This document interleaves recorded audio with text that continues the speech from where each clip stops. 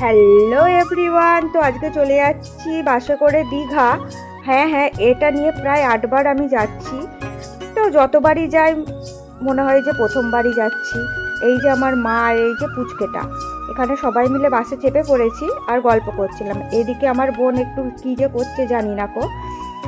আর আমরা প্রায় এখন 10:30 মতো বাজে, আমরা বাড়ি থেকে চেপে পড়লাম। তারপর কখন পৌঁছাবো সেটাই দেখা যাক। আমাকেও একটু দেখে নিলাম ভূতের মতো। এখন বাজে 2:30 মতো আর আমরা দাঁড়িয়েছি কোলাঘাটে। তারপর সকালে তোমাদের সাথে দেখা হবে, বাই। এখন সকাল হয়ে গেছে, আমরা দীঘাতে পৌঁছেও গেছি। এখন বাজে ওই 5টা 5:30 মতো। এত সুন্দর দৃশ্য আর কোথায় গেলে দেখতে পাবো, তাই না? তোমরাও একটু সমুদ্রের আওয়াজটা শুনে নাও আমার সাথে। আমি জল ঘাঁটতে থাকি, তোমরা এরকম ভিডিওর জন্য চ্যানেলটা সাবস্ক্রাইব করে দাও, বাই।